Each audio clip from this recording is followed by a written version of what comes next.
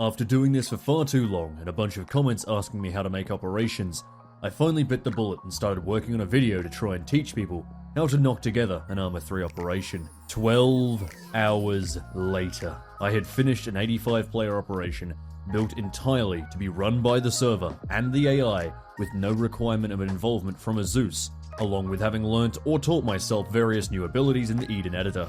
I forgot to eat dinner in the process. I make poor decisions. Now this video is not meant to teach the actual controls and methods of using the Eden editor.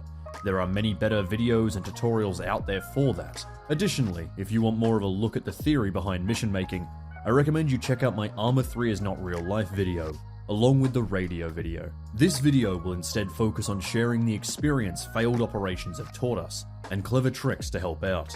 Arma is a lot like high school. It's one of the few places you're able to disappoint around 40 people all at once. In all fairness, I was in deep backward point and the ball hadn't come my way for the whole damn game. So, we're going to go through every stage of building a player versus AI operation today. We're also going to make the operation not rely on my mortal enemy, Zeus. I think Zeus is great and a brilliant tool. I also think it's used as a crutch by people who refuse to learn how to actually build operations, and that you can never truly have a fair fight when God himself is spawning enemy squads behind buildings, just because he thinks you can't see there. That rant, however, is for another video. So, to start with, you'll need your mod pack. Playing Arma without mods is like paying a prostitute to do your laundry. Technically possible, but you're missing the point. For the video's operation, we're just going to use vanilla with some extras. As mad as I may seem, vanilla is as reliable as things get. All the vehicles work as intended, having turning out options and proper damage models. All of the weapons work intended, and the factions feature a full equipment roster, like aircraft, artillery, helicopters, transport helicopters, things that are often missing in mods. The extras in this case are CBA, DUI, TFAR, and ACE for obvious reasons. Additional Zeus things and Achilles. Even though I do not intend to need Zeus, it's really nice to have these available for when you need to quickly teleport or fix something in Zeus. They're just a nice backup. And then the two to explain. Threeden Enhanced basically upgrades the Eden editor in many helpful ways, and Lambs is an AI improvement mod, which lets you automate a lot of things.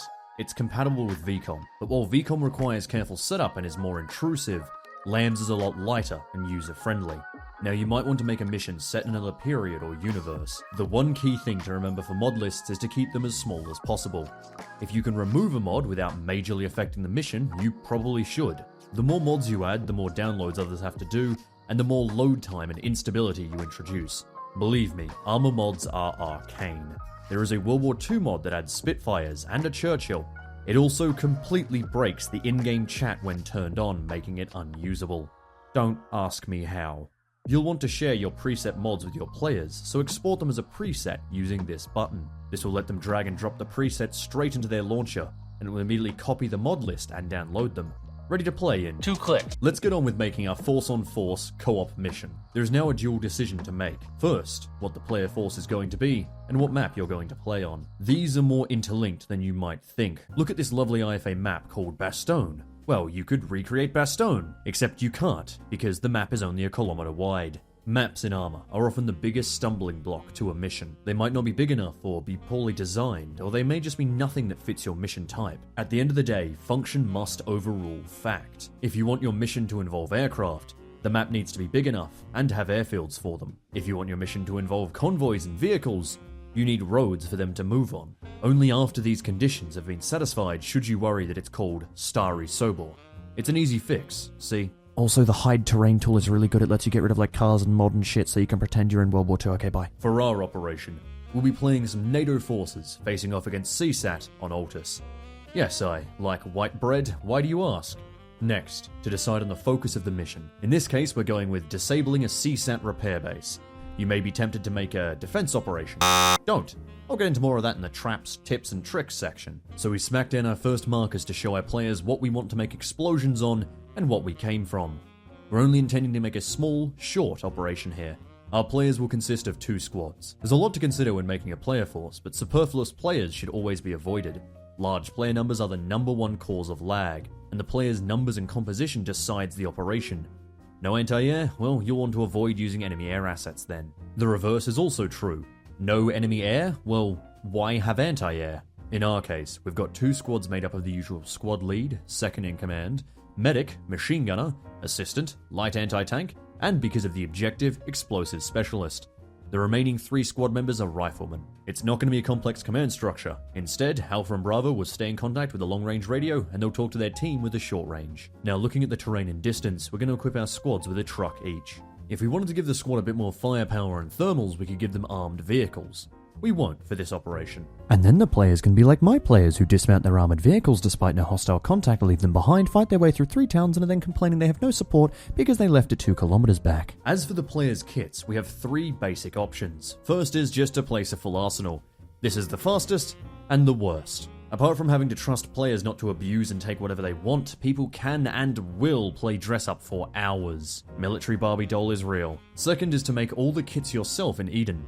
This works well, but suffers from 2 main issues: the time required to do it yourself, and the likelihood of you missing a crucial piece of gear on a specific soldier. The third way is to make a limited arsenal. You can either set it up manually, or use our little scripted trick here. Set up a squad leader with the correct kit, along with different soldiers like a machine gun and anti-tank launcher. Make them all playable, then launch the game and run this script. It's in the description. Then go back to the Ace Arsenal and click Import. Just like that, you've got every kit of every playable unit into the arsenal. This also means players know what you intend for them to use, and prevents them from taking inappropriate kit. It also combats analysis paralysis from the massive list of weapons they could take. The best, in my opinion, is a combination of 2 and 3.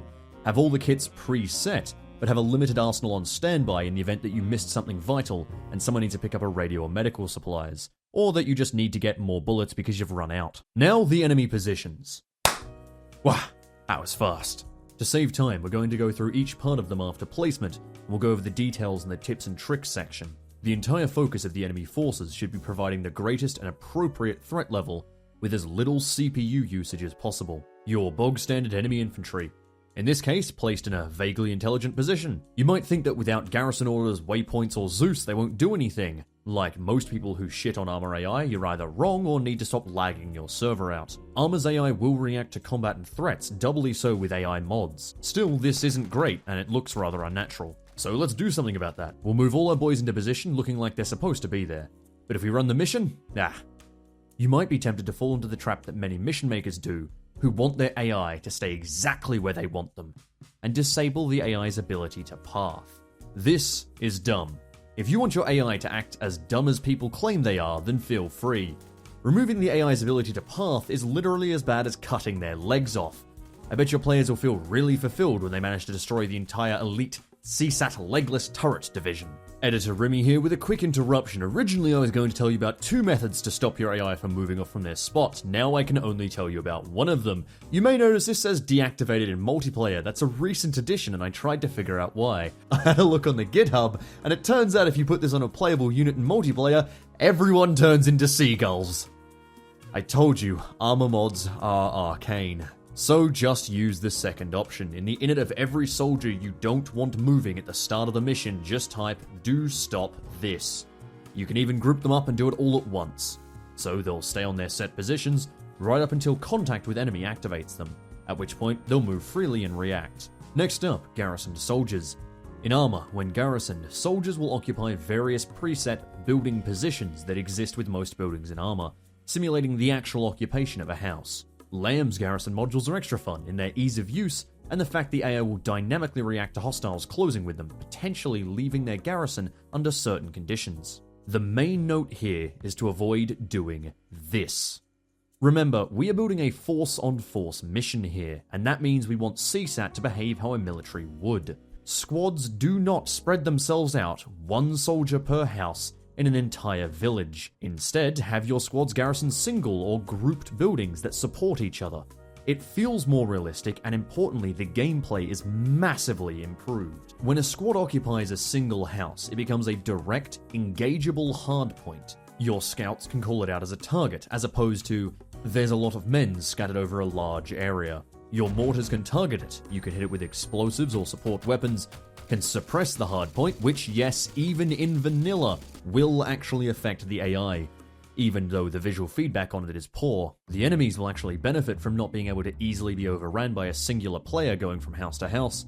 And importantly, your players feel less required to kick in every single door of every single village, searching every single room for a single enemy soldier, lying down on his own.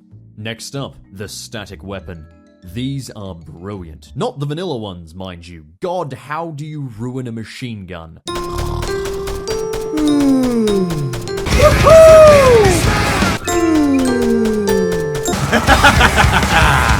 Regardless, statics are great as force multipliers and can be relied upon as set pieces or base defense. They engage hostiles more accurately at a greater range than regular infantry, and make a lot of noise for your players to deal with. They also won't duck like infantry will, and will therefore be more consistent with their fire. You can even threaten your armored elements with anti-tank weapons, without murdering your infantry by having them face a tank, along with providing a priority target for your infantry to disable. Lastly, vehicles. In this operation, we're only featuring a few, because our players only have 2 rockets between the squads.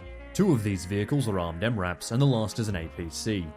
The vehicles are all wheeled, so even infantry without anti-tank can engage them, but they will pose an additional threat that squad leaders will have to handle. One immediate note is always be careful of vehicles with rapid explosive weapons, like GMGs or rapid autocannons. The AI are deadly accurate with them, and they will quickly wipe squads with chained impacts, often instantly killing people who fall unconscious in the first hit. We'll wrap up by placing our target to be exploded in the last objective. And that's our opposing force. We have our players, their kit, and the enemy. Now we just need to cover the back end. The only real modules we need for a small operation like this are the respawns. First, an infantry respawn module for Blue 4, and then a vehicle respawn module. Sync the trucks to it, and now when the players die or their vehicles explode, they get to try again. In order to make your respawn system work, you need to go into multiplayer settings and enable respawn on custom position, making sure that select respawn position is ticked. One last thing to ensure an easy start to the mission. You'll want to go and find your mission folder, which is located here for me. Once there, you'll want to create a text document and put the following code in. Then, save it as description.ext. What this means is when the mission starts on your server, people will spawn where you placed them rather than going straight to the respawn screen. And we're done. We have our players, the enemy, an objective, and a respawn system. The only other thing to mention is always check your add-on settings. They are best done on the server itself and saved there as well, but add-on settings can make or quite literally break and then crash an operation. One person playing Ace Medical will have an entirely different experience than another depending on their settings for damage, bleed out, medical restrictions, and so on. Even we, who run an old version of Ace Medical, can still have wildly different medical experiences depending on the add-on settings. You can get that version of Ace in the description, by the way. Now, this is the utter basics of a mission. Time to move on to all the little things we've learned over the years to help improve things. But first, let's have a quick look at the livestream mission. In the livestream, I let the audience vote, like the fool I was. Halo and World War II won. I decided to go for World War II because the mod for Halo, Operation Trebuchet, consists of Marines versus insurrectionists and not much else. I'm aware that elites exist, that literally doesn't change anything. Not a great starting point for teaching how to make operations. Since I was letting the audience vote, obviously Germany was chosen. And of all the good historical settings I offered, they chose Man in the High Castle, with the Germans invading America for some god-awful reason. This is Democracy Manifest. The operation was actually played with relative success and ruined by an idiot who brought a client-side mod that spawned random vehicles and animals around all of the players. What the fuck? But we'll be rerunning an updated version soon, so stay tuned. This line was written before Arma's latest patch, which totally fucked things for large operations, and now our servers crash all the time whenever you try anything. Yay! On to the second half, a variety of issues, ideas, and tricks to help you in knocking together an operation. To start off with, frames are always king. To refer back to my Arma 3 is not real life video, you can make the coolest and most insane operation in the world. But it won't matter for shit if the players are playing it at 2 frames and crash 5 minutes in. So how do you keep frames high? We're going to do a rapid fire round and then end on one big point. Cut down vehicles if they are not needed. Vehicles consume a lot of CPU even when unmanned, as they're always simulating physics. Do not use them as scenery. Disable simulation. If something is not a building with operational doors or is not intended to be blown up, then disable the damn simulation, Shinji. You should never use an excess of objects to begin with, but disabling simulation will help you slightly recover the frames. Higher player count will always lead to less frames. Consider your operation. Are all the players needed? If the players are split and focusing on different objectives, do they even have to be in the same operation? Why not make two smaller, more efficient operations? Group leader AI consume more CPU power than group members. Try to keep your AI grouped up. The only thing to remember is that grouped AI share information and orders. For instance, if you grouped all your statics up, that's actually a good thing. When one of your statics spots and starts engaging an enemy, it'll tell the other statics where those enemies are. Utilize other threats than massed enemy infantry.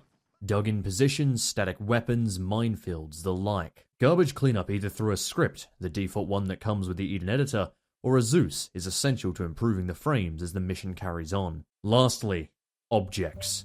Oh boy, I've never met a worse drug than mission makers discovering they can place objects. The first thing to learn is that every single object consumes frames. Yes, every single one.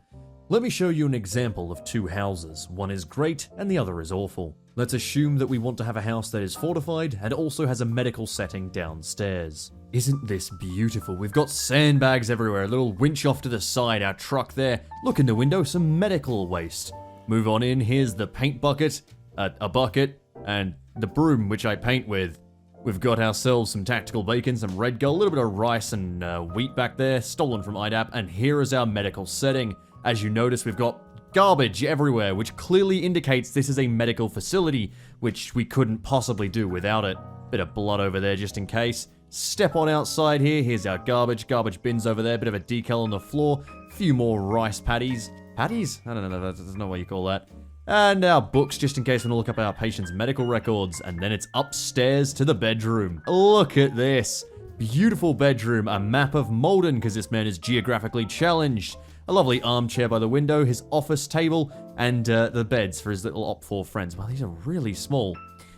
Now let's see what this house should look like. Now would you look at that? None of the extraneous bullshit on the outside. The same fortifications as before though, as those are actually useful. None of the bullshit in here. When we walk in here, would you look at that? It's a medical setting.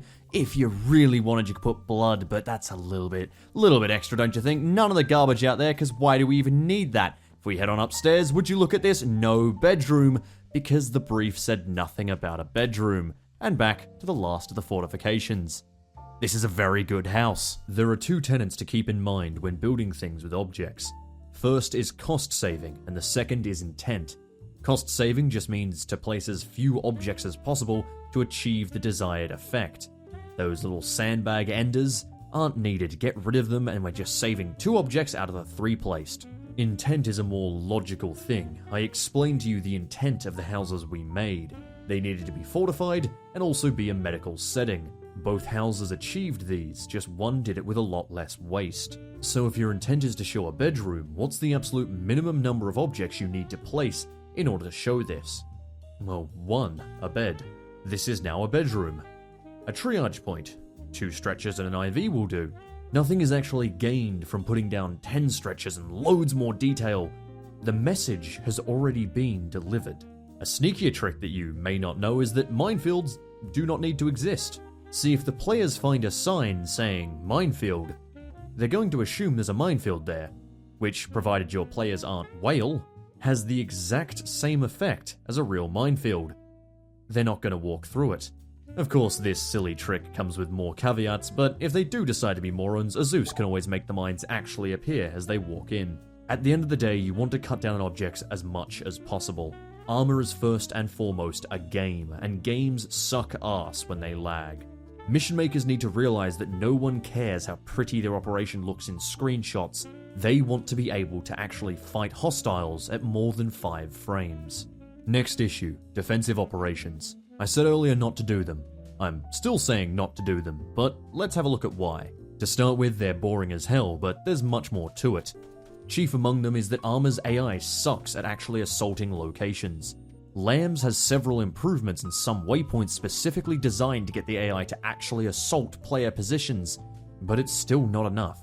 Whilst the AI hitting the deck in the middle of a field, never firing on the move, and underusing grenades still exist, there will never be a satisfying storm of player positions. The reason the bayonets still exist is because rushing a location is often the best choice when it comes to surviving a battle. It may be counterintuitive to charge at their thing full of enemies, but As opposed to lying down in the field where you have no cover and just waiting to die, instead, you outnumber them, rush the building, throw a grenade in there, blow it up, and get stuck in with a bayonet and machine gun, and you're going to win with less casualties than if you just lie down and shoot at the windows. Players recognize this, but Arma AI sadly doesn't, and aren't well equipped enough to actually pull off one of those assaults.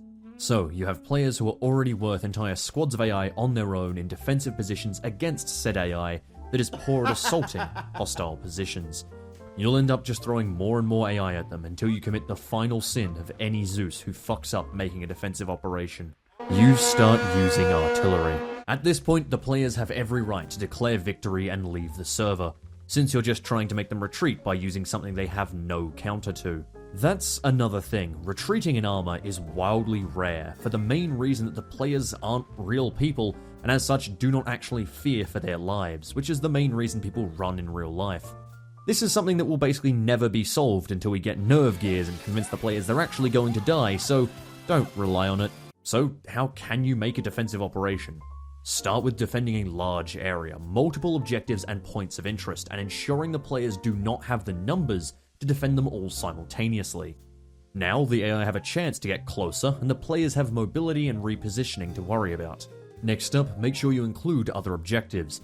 No mission should ever just be one objective, but defensive operations are the worst of these. Give the players HVTs to rush out and retrieve, enemy mortar positions to find and disable, enemy refueling stations to destroy to prevent further armored attacks. Now we're looking at a seriously fun operation with actual hard choices to be made and a good combination of defense, attack, and movement. Artillery. Artillery is great. It gives a very low CPU/frames cost asset to the enemy that has a constant, devastating effect. Here's the biggest issue. By default in Arma, artillery just doesn't work. Mortars will only fire if they can directly see you, which kinda defeats the purpose. So you need a mod. The two standout ones are Lambs and VCOM. We'll use Lambs for this since we already used it in the mission. You'll notice that these two squads are fighting, and then the mortar shells start arriving. Lambs does a ranging round first, adjusts their aim, and then does the actual barrage. This helps players take cover in time. There's some important notes in regards to artillery. First, leave it to the AI. You might see that lovely fire support tab, but no! Naughty bad. When an AI mod calls in artillery, most need spotters and an extended time to call it in. This means that players can directly combat that artillery by killing the enemy fast or disabling their spotters, and it means that when the rounds do impact and hurt players, it was a fair battle. When you place an artillery round directly on a squad, you're not calling in realistic artillery support, you're being a cunt. Leave it to the AI. Second, have the artillery within reach. Why? Because after being bombarded throughout a whole operation, nothing feels better than finally executing the AI responsible. It can also be an important side objective that players will always gun for, because disabling enemy artillery will be high on their list. Lastly, be careful not to give the enemy too much artillery. A few mortars is fun and fair, especially when guided by an AI mod. A whole battery of fire will result in the players just crawling into a building and never leaving because the alternative is death. Since counter battery fire basically doesn't exist in Arma, except maybe for that one mod I vaguely recall, this is no fun for anyone. Something the players can't counter will never be fun. So don't send an attack helo after them if they don't have any way to even just scare it off. Dynamic AI. That is not a specific term, it's just a way to sum up this segment. What do I mean? Check out Operation Flammenberger, the operation made on the livestream. There's patrols, module AI, reinforcements, and triggered AI. This all combines to mean that even though I built the operation, I cannot know where all the AI will actually be, or what they'll do once the operation gets underway. Before we get into how to do it manually, most AI mods have some sort of reinforcement call system. For instance, Lambs will share knowledge of enemy contacts with nearby friendly units, resulting in those units likely moving to engage as well. There's a lot more to it from various mods, so we'll leave that there for now. Now, doing it manually, the most basic is patrols. Using the move and cycle waypoints, or a patrol module, you can have the AI wandering around on patrol. This is far more fun than an entirely static enemy force, and means even the mission maker won't know precisely where those AI are. For more advanced things, we're going to want triggers. Triggers are amazing, and you should learn how they work. They come in direct use in the next few examples. Let's put down a trigger so that when Blue 4 is detected by Op 4 in this area, the trigger will be, well, triggered.